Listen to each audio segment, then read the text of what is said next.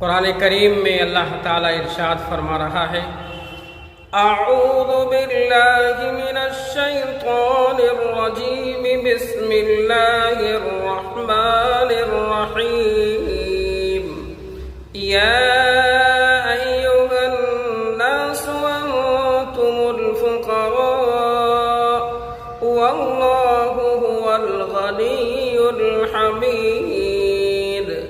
فرمایا تم سب کے سب اللہ کے نزدیک فقیر کی طرح ہو۔ یا ایھا الناس انتم الفقراء الی اللہ، تم سب کے سب اللہ کے نزدیک فقیر کی حیثیت سے ہو۔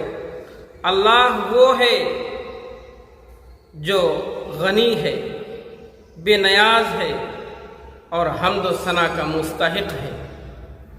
اللہ نے سارے لوگوں کو مخاطب کرتے ہوئے فرما دیا کہ یا ایھا الناس انتم الفقراء، سب کے سب اللہ کے نزدیک فقیر ہو، محتاج ہو، بے بس ہو، کمزور ہو، لاچار ہو، مجبور ہو۔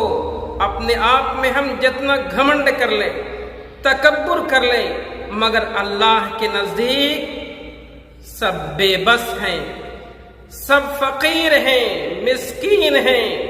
اس لیے ہمیں چاہیے کہ ہم اپنا تعلق اللہ سے جوڑیں، ہم اپنا تعلق اللہ سے جوڑیں۔ ہم اگر اپنا تعلق اللہ سے جوڑیں گے، اللہ ہم سے خوش ہوگا، اور ہر وقت ہمیں اللہ سے مانگنا ہے، میں تم کو دوں گا۔ اس لیے کہ سارے لوگ فقیر ہیں۔ فقیر کا کام کیا ہوتا ہے؟ محتاج کا کام کیا ہوتا ہے؟ مسکینوں کا کام کیا ہے؟ ایک دوسرے سے ہیلپ مانگنا، اپنی محتاجگی کو دور کرنا۔ محتاجگی کیسے دور ہوگی؟ ہماری غریبی کیسے دور ہوگی؟ ہماری مجبوری کیسے دور ہوگی؟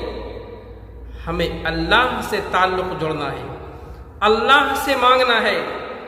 رات کے اندھیرے میں اللہ کے یہاں سے آواز آتی ہے کوئی میرا بندہ، ہے کوئی میرا بندہ جو مجھ سے مانگے میں اس کو دوں، اس کی ضرورت کو میں پوری کروں۔